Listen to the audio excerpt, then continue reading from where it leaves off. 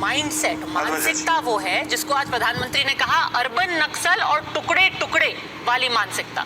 आलोक शर्मा जी, तू तो गया बेटे। देखिए, मुझे लगता है कि बीजेपी के प्रवक्ता महोदय ने एक बार भी नहीं कहा कि हम अनुशासनात्मक कार्रवाई करेंगे। इन्होंने अगर और मगर और डिफेंड करने की काम किया।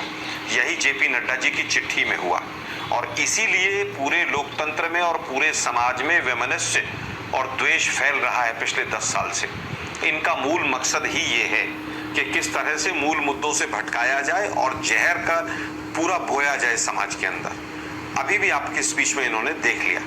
अब बात आती है अर्बन नक्सल की और टुकड़े टुकड़े गैंग की। देश के प्रधानमंत्री को शर्म आनी चाहिए कि अगर देश के अंदर टुकड़े टुकड़े गैंग है और मोदी जी आप केवल भाषण देने के लिए प्रधानमंत्री बने क्या?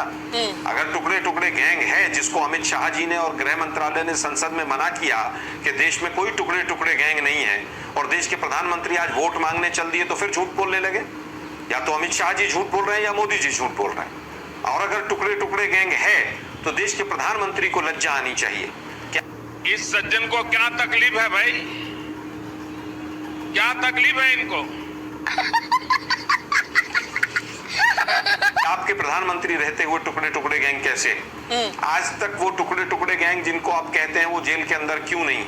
उनको पहली डेट के ऊपर दिल्ली हाई कोर्ट ने जमानत कैसे दे दी? पहली डेट के ऊपर। आप बताइए, देश के प्रधानमंत्री इस्लाम अपने विरोधियों को टुकड़े टुकड़े गैंग बस करार दे दीजिए, उनके ऊपर खिलाफ एक्शन। आप कुछ भी बोलो, ये नहीं सुनने वाला। मंत्री ने क्या बोला? उन्होंने कहा आज की कांग्रेस में नफरत का भूत घुस गया है। उनकी भाषा देखिए, ये देश विरोधी एजेंडा है, समाज को तोड़ रहे हैं, लोगों की संस्कृति का अपमान कर रहे हैं, कांग्रेस को टुकड़े टुकड़े गैंग के लोग और अर्बन नक्सल चढ़ा रहे हैं, नफरत का भूत कह रहे हैं आपकी पार्टी के अंदर। आलोक शर्मा, क्या कहना क्या चाह रहे हैं भाई आप? देखिए, मुझे लगता है कि इस तरह की भाषा का इस्तेमाल कि कोई देश का प्रधानमंत्री करे तो उस देश को सोचना चाहिए कि क्या हमने किसी सड़क छाप व्यक्ति को तो देश का प्रधानमंत्री नहीं बना दिया। मैं सख्त शब्दों का इस्तेमाल कर रहा हूं कि आप चुनाव आता है तो मंगलसूत्र, मुजरा और पता नहीं कहां कहां पहुंच जाते हैं आप, ज्यादा बच्चे पैदा करने वाले और भैंस खोल ले जाएंगे। अरे आप देश के प्रधानमंत्री हैं, आप किस तरह की भाषा का इस्तेमाल कर रहे हैं? अब बात आते हैं, सबसे पहले पन्नू से ही शुरू कर लेते हैं। नहीं, आप वहां पर पन्नू बैठता है, यहाँ पर राहुल गांधी जी आते हैं। पन्नू, मैंने सड़क छाप भाषा कहा है, बिल्कुल सड़क छाप भाषा है।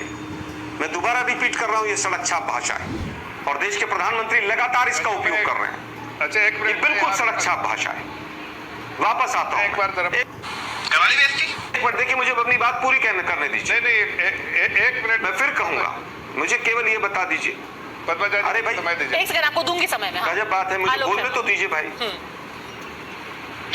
पन्नू के ऊपर आज ही भारत सरकार को नोटिस हुआ है अमेरिका की एक कोर्ट से।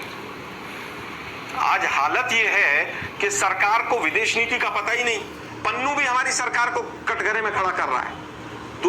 तीसरी बात मैं जो कहना चाहता हूं, गणपति पूजा का किसी ने विरोध नहीं किया। देश के प्रधानमंत्री झूठ बोलते हैं। किसी ने अगर विरोध किया तो ये कि न्यायपालिका और विधायिका साथ अगर फोटो खिंचवाएंगे और इस तरह के कार्यक्रमों में जाएंगे तो उसका गलत संदेश जाएगा। गणपति पूजा का किसी ने विरोध नहीं किया।